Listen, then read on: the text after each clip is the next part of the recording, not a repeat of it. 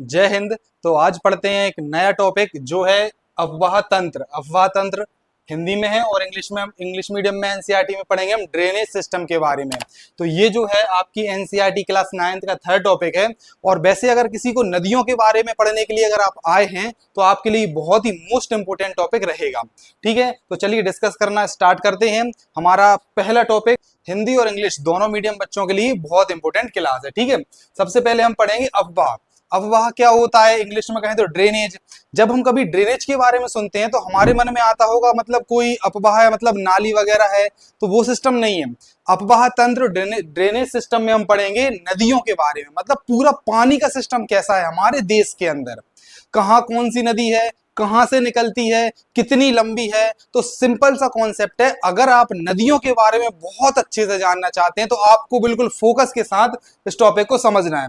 Start होने से पहले ये टॉपिक में कुछ बेसिक से टर्म है, इनको हम देखते हैं। चलिए, ड्रेनेज, अफवाह, वही है मीनिंग, आप यहां देखते चलना। ड्रेनेज क्या होता है? ड्रेनेज मतलब होता है नदी तंत्र। कैसा तंत्र?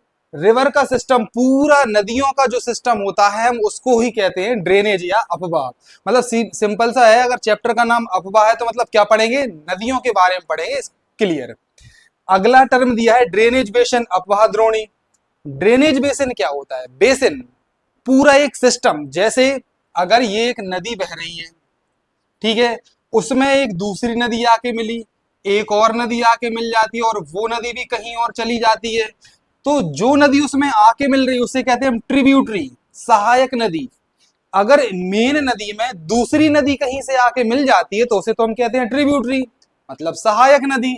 और यदि यदि उसी नदी से कोई दूसरी नदी अलग हो जाए, इस तरफ चली जाए बह के, तो उसे कहते हैं डिस्ट्रीब्यूटरी। तो ये जो नदी है पूरी, उसमें कुछ नदियां आके मिली हैं, कुछ उससे निकल के चली गई हैं। ये जो पूरा इलाका है यही कहलाता है हमारा ड्रेनेज बेसिन। क्लियर? समझ गए होंगे कि एक नदी और उसमें मिलने वाली सारी और उससे निकलने वाली सारी नदियों का ग्रुप वो पूरा इलाका कहलाएगा ड्रेनेज बेसिन। क्लियर? चलिए, एक टर्म है वाटर डिवाइड, जल विभाजक। जैसे कि आपको नाम से ही समझ में आ रहा होगा, जल विभाजक, वाटर डिवाइड। तो पानी बट गया, कैसे बटा? जैसे मान के चलिए ये एक पूरा प्लेन सरफेस है, यहां से अगर कोई नदी बह रही है भैया, चलो बह जाइए। अगर बीच में से कोई जमीन उठी हो, इस तरह से कोई माउंटेन हो, और यहां से कोई नदी निकलेगी तो एक नदी इस तरफ बहेगी, एक नदी इस तरफ बहेगी।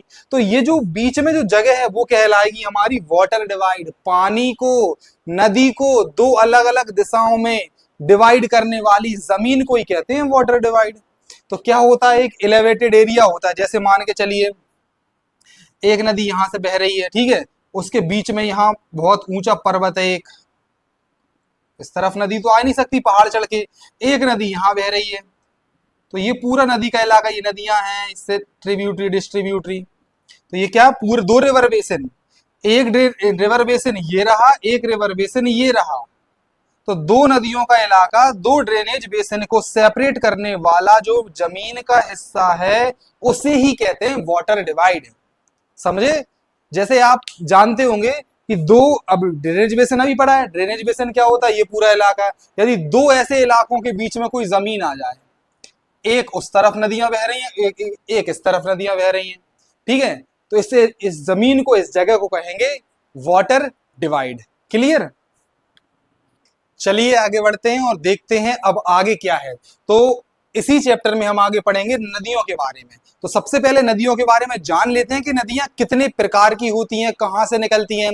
तो बेसिकली जब आप नदियों को पढ़ोगे, अब रिवर्स को पढ़ोगे, तो हमने पूरे इंडिया की रिवर्स को दो कैटेगरी में क्लासिफाई किया है। मतलब पूरी भारत की नदियों को हमने दो प्रकार से विभाजित किया है। कैसे?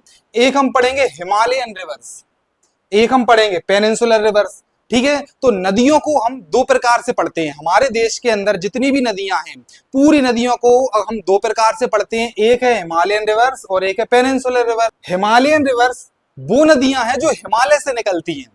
मतलब आपने देखा होगा जो हिमालय पर्वत हमारे नॉर्थ में है, तो ऊपर की तरफ से जो नदियां उत्तर भारत में आ रही हैं हमारे मैदानों में, तो हिमालय पर्वत से निकलने वाली नदियों को कहते हैं हिमालयन रिवर्स। जिसमें सबसे पहली है गंगा। गंगा नदी के बारे में आपने सुना होगा, यमुना, इंडस, ब्रह्मपुत्र, ये कुछ फेमस नदियां हैं। तीन सबसे बड़ी नदियां गंगा, इंडस और ब्रह्मपुत्र, इन्हीं नदियों से पूरा उत्तर भारत का मैदान भी बना है, आपको ही पता होगा, ठीक है। तो इन नदियों, इनको कहते हैं हम हिमालयन रिवर्स। और कुछ नदियां ऐसी हैं जो हमारी साउथ इंडिया में हैं। अब साउथ इंडिया में बड़े बड़े पर्वत तो हैं नहीं हिमालय जैसे, तो वहां है, उसने कहते हैं हम पेनिनसुलर रिवर्स, प्रायद्वीपीय नदियां। मतलब पठारों से निकलने वाली नदियों को हम कहते हैं पेनिनसुलर रिवर्स। अब जैसे आपने इंडिया में देखा होगा, इंडिया का मैप आप बनाते हैं,